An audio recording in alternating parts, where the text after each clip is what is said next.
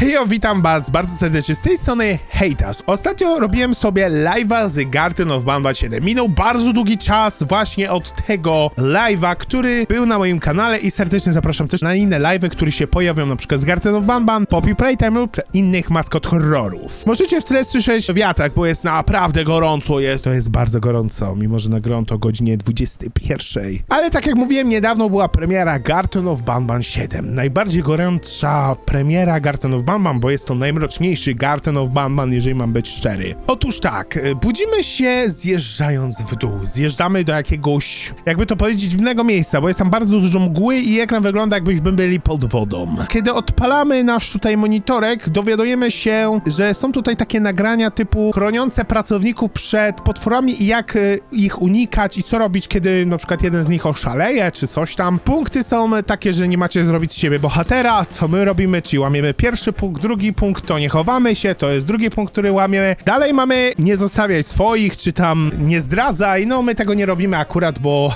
nikt z nami tam nie ma, wszyscy prawdopodobnie, czy tam poszli na piknik, to prawdopodobnie byśmy złamali, prawdopodobnie tak, bo już nieraz uciekaliśmy, zostawiając naszych sojuszników. Kiedy idziemy dalej, wchodzimy do pokoju, gdzie jest duży spadek, jest tam taka kolejka z dziwanium i pojawia się pani pająk, którą na pewno będziemy chcieli coś zrobić i dajemy im w prezencie beczkę, która wybucha i ta pani sobie spada. Dalej, kiedy idziemy, napotykamy właśnie na miejsce, gdzie są wieszani kosmici. To jest naprawdę, to jest jedyna rzecz z Garten of Banban, która mi się podoba. W sumie nie jedyna, bo są dwie takie rzeczy, ale do tej drugiej rzeczy sobie przyjdziemy później. Kiedy już tam docieramy, raczej porywa nas Sergeant, czyli w końcu poznajemy kogoś, kto był zapowiedziany już od 2 części. Bardzo dziękujemy za w końcu pokazanie tej postaci. Jak na razie hucznie zapowiedziana królowa kangurów i jej dzieci były tylko w jednej części, dalej chyba już się nie pojawi, chyba już twórcy o niej zapomnieli. Kiedy już się budzimy, Sergeant tutaj coś tam na nas robi, w ogóle nie wiemy co, w ogóle my na to pozwalamy, tam coś siedzimy, gdyby się nic w ogóle nie stało. Kiedy kosmita podaje złą rzecz,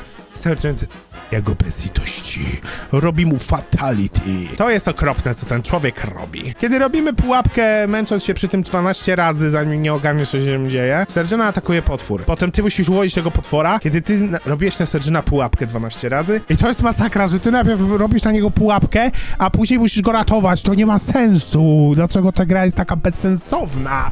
Co się dzieje? Spokojnie, to tylko gra komputerowa. Kiedy już go ratujemy i on nam coś tam wyjaśnia, 12 minut rozmawiania, o Jezu, dręko moja. Kiedy wychodzimy i przestaje nam tam pierdzielić, a przy okazji dostajemy drona, którym krzywo się lata, idziemy na miasto, a tam człowiek sobie skacze w przepaść. No to jest najlepsza opcja, kurna, jaką by mogli zrobić twórcy Garten of Banban. W tej chwili. Z tą grą oczywiście. Kiedy idziemy dalej, spotykamy tam ziomków, którzy mówią po japońsku, koreańsku, po hiszpańsku, po włosku, po mułdurańsku, po żumburańsku, po rosyjsku. Niesamowite. W Poppy Playtime też to powinni zrobić, że jeden pracownik mówi Szubab, Siba, Dish, Kliben, Klein, a drugi yes man, I understand, yes. Sponsorem dzisiejszego odcinka jest Pepsi. Pepsi smakuje lepsi. Przed tym wszystkim wchodzimy do baru, spotykamy kosmitów, jeden z nich jest rasistą, dajemy kartę, a potem spotykamy szeryfa, który też daje nam kartę i oczywiście musi gadać przy tym, żeby znudzić nas jak najbardziej. Kiedy musimy odzyskać klucz, chodzimy na górę, a tam spotykamy kolejnego kosmitę, który mówi nam, że coś jest za drzwiami. Kiedy już to robimy, wychodzi nam Gringle, Dangle, Prangre i mówi nam It's a prank, bro! Wtedy my uciekamy dachami i na końcu łapie nas żaba i łapie nas i generalnie my jedziemy sobie tam później i znowu nas atakuje, a potem nasz szeryf rzuca w niego gwiazdką i go o mój Boże, Garten Banban w końcu następuje pogrzeb. O nie, ty umierasz. Umieram. Kiedy idziemy dalej, idziemy do teatru. Teatr, którym jest bardzo dużo easter eggów. Dalej, kiedy idziemy, mamy tam występ, wyskakują nam oczywiście 2 opile i nas gonią. Kiedy już to robimy, wychodzimy na świat, mamy wszystko i atakuje nas cały na czarno. Sir Dadadu. Generalnie następuje dziwna zmiana, bo dajemy mu różdżkę, różdżka jest uszkodzona i ląduje na suficie. Nagle zbliżają się złe postacie, złe wersje naszych dobrych postaci i zaczynają nas atakować. Ale nagle przychodzi Hulk i wszystkich Normalnie scena jak z Avengers. Kiedy Hulk wygrywa, nagle zjada różdżkę i wszystko Wtedy lądujemy znowu na stole operacyjnym, ściągamy naklejkę Banbana i dowiadujemy się, że Banban to tak naprawdę mutant, a prawdziwym Banbanem jest twój stary. No i jesteśmy po całym Garten of Banban 7. Jeszcze nie dostaliśmy Garten of Banban 5, ale przynajmniej pominęliśmy jedną część, więc jeżeli ma być szczery, to ta część jest lepsza na pewno od poprzednich, ale dalej jest to poziom więc co mogę powiedzieć? Bardzo duża żynka od innych gier, dziwne mechaniki, oczywiście mechanika w stylu zrób pułapkę, żeby Ginger wbiegł w nią, a potem uratuj mu życie. Najlepsza część tego tutaj właśnie była ta finałowa walka. To mi się podobało, była tam jakaś scena. Też była fajna, tego Dringla Dubiela. Kolejny minus. W tej grze się krzywo leci tym dronem. Jak latamy sobie dronem, co nie? To generalnie, jak źle trafimy 2 razy, on się teleportuje, co było bardzo denerwujące dla mnie.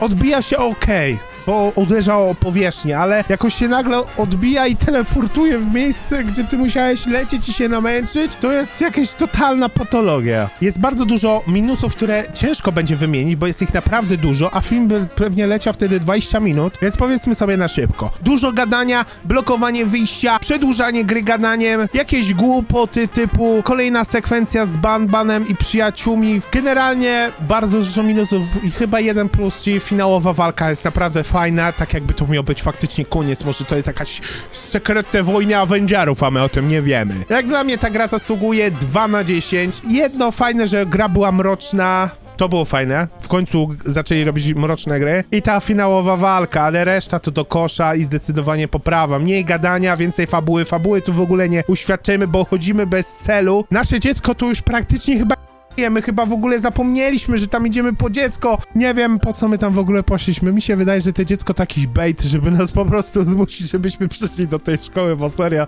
to jest jakiś totalny syf. Tak jak mówiłem, gra 2 na 10, 2,5, maksymalnie na 10. Ja byłem Ejtas, do zobaczenia w następnych filmach. Żegnam was bardzo serdecznie. Cześć i na razie.